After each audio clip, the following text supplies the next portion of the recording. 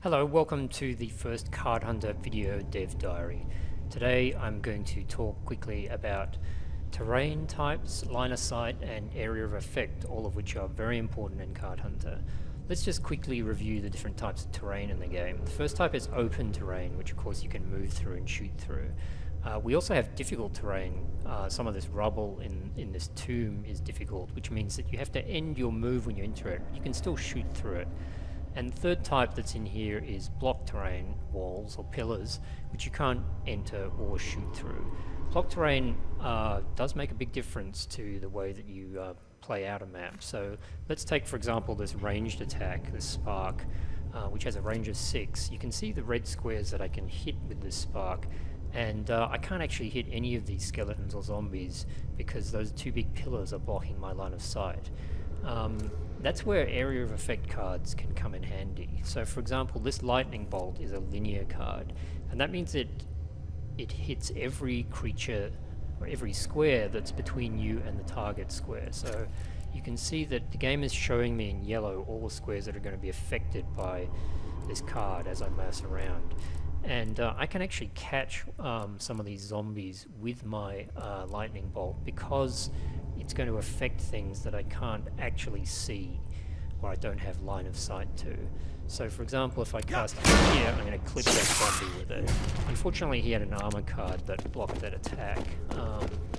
But anyway, moving on, we also have burst spells in the game, and burst spells are ones that affect an area. A burst 2 spell is going to hit all squares within a distance of 2 from the target square. So once again, as I mouse around, the game is going to show me in yellow which squares are going to be affected by the fireball. So you can see I can actually hit a pretty large group of monsters if I cast the fireball there. You should just note that even burst spells are affected by terrain.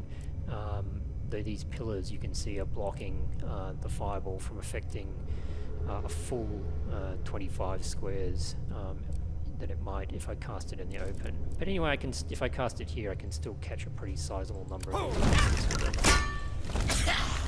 So fireballs are very useful for large groups of monsters, and also for use in these kind of constrained areas like this particular board.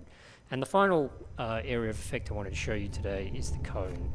So this Thunder Blast is a cone attack, and that means it's going to hit all squares in a 90-degree arc within its range, which is 6. And the other interesting thing about Thunder Blast is that it's not stopped by block terrain. So you can see that normally it wouldn't be a lot of use here because of that pillar right in front of my dwarf priest. But because it can go through the block terrain, I'm actually going to hit a lot of monsters with this one. So I'm going to cast that.